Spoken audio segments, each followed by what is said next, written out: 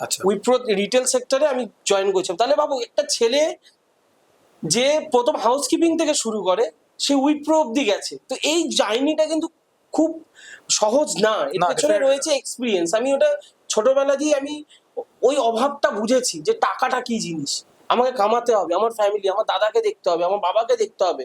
আমার মা যা আগ অব্দি বলে গেছিল, যাওয়ার সময় তো দাদাকে একটু দেখে যা, তো দাদা একটু বোকা আছে, তো দাদা একটু বোঝে কম, তুই একটু বুঝিস বেশি, তুই একটু চালাক বেশি, তুই তো দাদাকে দেখিস। তো মায়ের কথাটা তো আমি ফেলতে পারবো না। তো যাই হোক, মোটামুটি দাদা কি এখন তোমাদের সাথেই থাকে? দাদা এখন আমাদের সাথে আছে, ও একটা কোম্পানি, ভালো কোম্পানিতে জব। দাদাও ম্যারিড? না, দাদা আনমেরিড। মানে দাদা- আমার বিয়ের ব্যাপারটাও আসছি, যে কেন এসব আচ্ছা। আসছি আমি ওগুলো। ঘটনাটা এবার আসি মেন, একটা টাইম হয় যে টাইমটা আমার বাবা আমার সাথে একটু ক্ল্যাশ হয়, আমার বাবার সাথে একটা ছোট্ট করে মতবিরোধ? মতবিরোধ। একটা বাড়ি থাকলে বাবা ছেলে, বাবা মায়ের মধ্যে, ছেলে মায়ের মধ্যে একটা হয় এরকম। তো বাবার সাথে একদিন আমি বাবাকে বলছি, আমি চলে যাবো, ভাই ছেড়ে চলে যাবো, করবে না। তো বাবা বলছে, যা না যা না যা না, দেখি না তুই কে দুদিন থাকতে দেয়, দেখি বাবা সব কিছু করবে। তো সেই মুমেন্টে আমি একটা খুব ডিপ্রেশনের মধ্যে দিয়ে কাটাচ্ছিলাম। মা মারা গেছে, দেখার কেউ নেই, বাবা সকালে বেরোতো, দুদিন বাদে নাইট ডিউটি করে, ডে করে, তারপর আসতো। এটা কি আমরা দীঘাতে আসছি করে? এবার আমরা দীঘার পাটে আসছি, যে দীঘার পাটটা কোথা দিয়ে আসলো। এটা হলো ঠিক ওই যে এত জবের কথা বললাম না, তার ঠিক আগের ঘটনা এটা, ঠিক আগের ঘটনা। মানে মা মারা যাওয়ার 6 মাস বাদের ঘটনা, আর জবের আগের ঘটনা, মিডিল কোশ্চেন। তো আমি একদিন ভাবলাম যে আমার বাড়িতে যে টাকাটা আমি দিতাম, কোথাও একটু আমার টাকাটা কমে গেছিল, মানে আমি মাইনেটা একটু কম পেতাম সেই টাইমে, 3,000 টাকা মাইনে পেতাম। তো সেখানে দাঁড়িয়ে আমি এমন একটা ডিপ্রেশনে ভুগছিলাম। আমি প্রথম দমদমে এসে, আমি কাজের সূত্রে আমি দমদমে এসে একটা মেসে ভাড়া থাকতাম। দমদমে মেসে ভাড়া থাকতে থাকতে আমার হাতে তখন 200 টাকা ছিল। আমি মনে আছে সাতটাগাছি, হ্যাঁ, ওখান থেকে 5টা 12-র একটা দীঘার লোকাল ছিল, আমি সেই লোকালে করে আমি দীঘা চলে যাই। আচ্ছা। তারপর বাবা বাড়ির লোক অনেক খোঁজার চেষ্টা করে, কিন্তু আমি ওই বলে না, মানুষ পাগল হলে যেটা হয়, ঠিক আছে, মানে মায়ের ওই শোক আমি কোনোদিন ভুলতে পারিনি। কিন্তু আমি দীঘায় গেছি, দীঘায় গিয়ে কিন্তু আমাকে তো কাজ করতে হবে।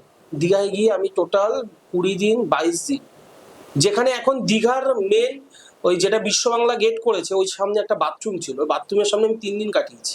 আচ্ছা।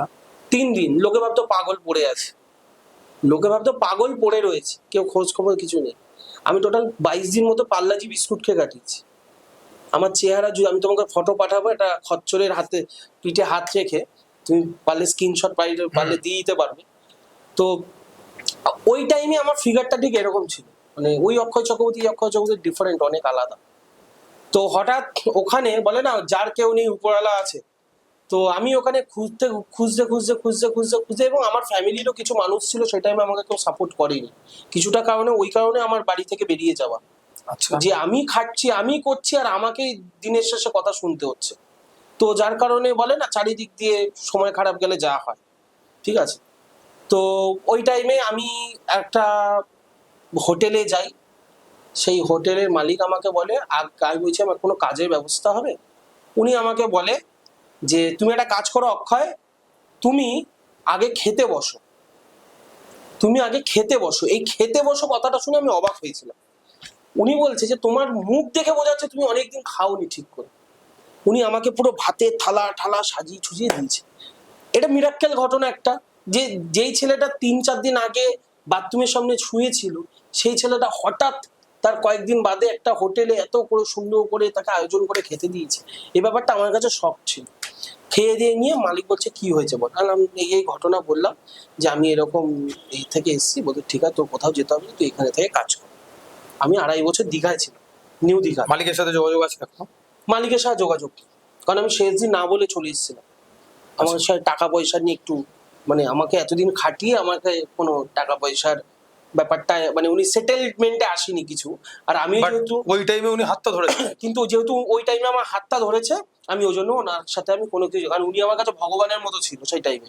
তো royal POS present the positive শোতে আপনাদের জন্য এই রকম ফাইটারদের গল্প আরো আসতে চলেছে, আরো বিভিন্ন স্তরের মানুষের গল্প আপনাদের সামনে যদি তুলে ধরতে পারি। প্লিজ আমার একটাই রিকোয়েস্ট, আপনারা কাইন্ডলি চ্যানেলটাকে সাবস্ক্রাইব করুন, যাতে আমি আরো ভালো কন্টেন্ট দিতে পারি। অ্যান্ড প্লিজ লাইক করবেন, আর প্লিজ কমেন্ট কমেন্ট করুন, আপনাদের যেটা ভালো লাগে খারাপ লাগে যেটা আমরা ইমপ্রুভ করতে পারি প্লিজ কমেন্টে জানান।